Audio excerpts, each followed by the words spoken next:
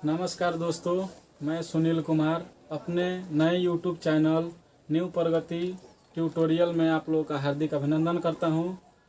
आइए board exam में आने वाले विज्ञान विषय के भौतिकी से जुड़े कुछ महत्वपूर्ण तथ्य बोर्ड पर लिखे हैं, जिसका बोल रहे हैं। आप लोग गौर कीजिएगा और अगर कंटेंट आप लोगों को अच्छा लगे तो लाइक, शेयर और सब्सक्राइब कीजिएगा। आइए शुरू करते हैं।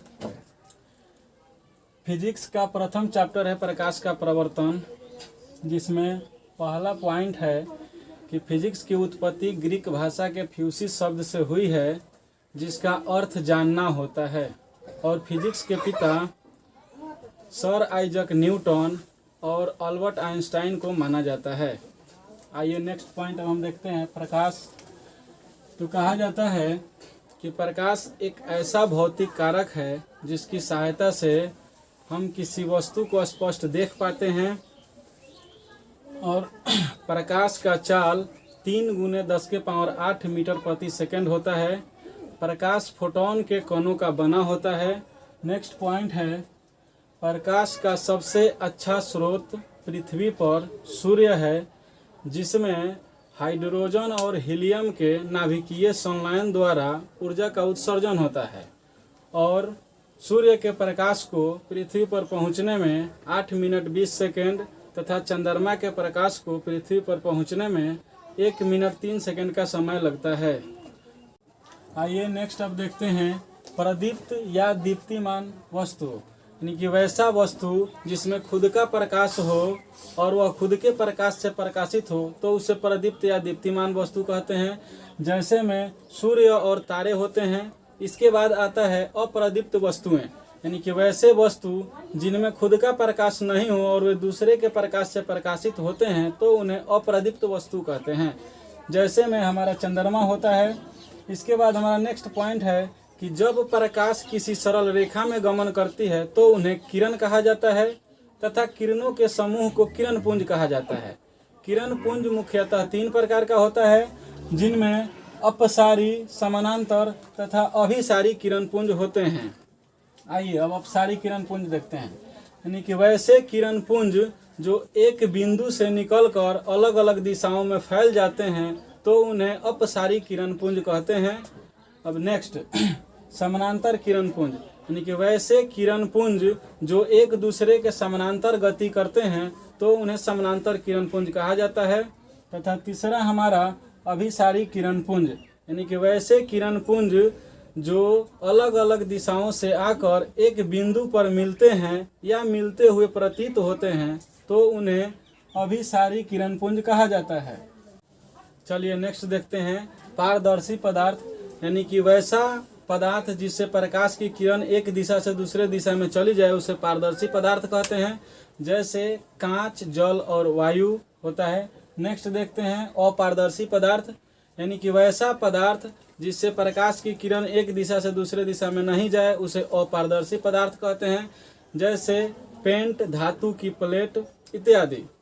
आगे देखते हैं पारभासी पदार्थ, यानी कि वैसा पदार्थ जिससे प्रकाश की किरण कुछ तो उस दिशा में जाए लेकिन कुछ नहीं जाए, उसे पारभासी पदार्थ कहते हैं।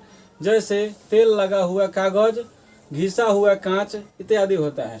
आइए नेक्स्ट अब हम शुरुआत करते हैं प्रकाश का परावर्तन, यानी कि प्रकाश जब किसी चिकने पृष्ठ से टकराकर वापस लौटती है, तो इस घटना को प्रकाश का परावर्तन कहते हैं।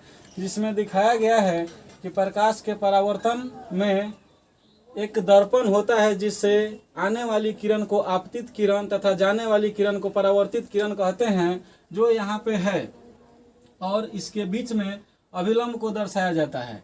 आपतित किरण तथा अभिलंब के बीच के बने कोण को आपतन कोण, जबकि परावर्तित किरण तथा अभिलंब के बीच बने कोण को परावर्तन कोण कहते हैं। अब इसके बाद चलिए देखते हैं, यानी परावर्तन के मुख्यतः 2 नियम होते हैं। फर्स्ट नियम, आपतित किरण, परावर्तित किरण तथा अभिलंब तीनों एक ही समतल में होते हैं। और हमारा दूसरा नियम बोलता है कि आपतन कोण परावर्तन कोण के बराबर होता है।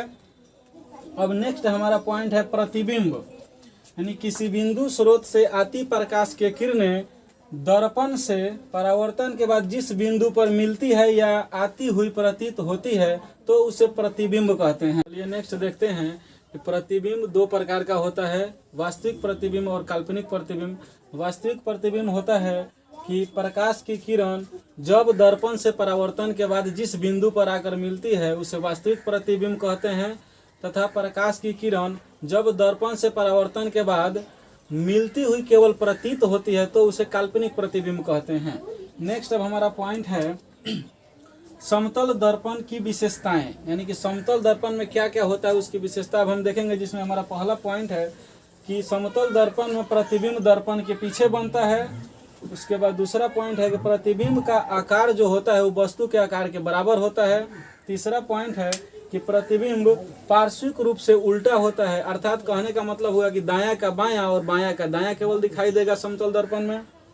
उसके बाद चौथा पॉइंट है कि पूरे वस्तु को देखने के लिए यदि हम समतल दर्पण में पूरे वस्तु को देखना चाहते हैं तो दर्पण का आकार जो होना चाहिए वो वस्तु के आधी होनी चाहिए। चलिए नेक्स्ट अब देखते हैं गोलीय दर्पण, यानी कि वैसा दर्पण जिसकी परावर्तक सतह किसी खोखले गोले की हो तो उसे गोलीय दर्पण कहते हैं। गोलीय दर्पण मुख्यतः दो प्रकार का होता है, अवतल दर्पण और उत्तल दर्पण। अब हम नेक्स्ट अवतल दर्पण देखते हैं, यानी कि वैसा दर्पण जिसका परावर्तक सतह अंदर के तरफ धंसा हो तो उसे अवतल दर्पण कहते हैं।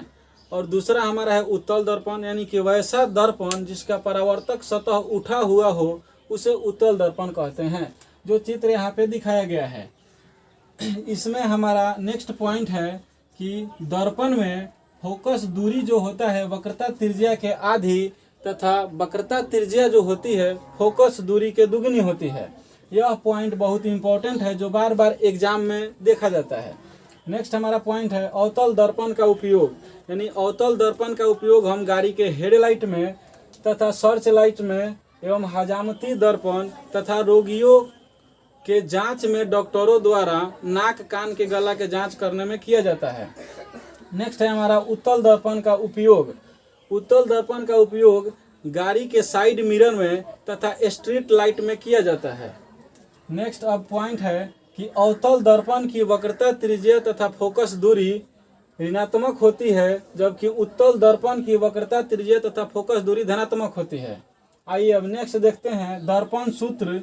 ये भी बहुत महत्वपूर्ण है जो बार बार बोर्ड एग्जाम में देखा जाता है। दर्पण सूत्र हमारा 1/v + 1/u = 1/f होता है, जिसको आप ध्यान रखिए। नेक्स्ट हमारा पॉइंट है आवर्धन। इसको कहते हैं कि प्रतिबिंब की ऊंचाई तथा वस्तु के ऊंचाई के अनुपात को आवर्धन कहते हैं।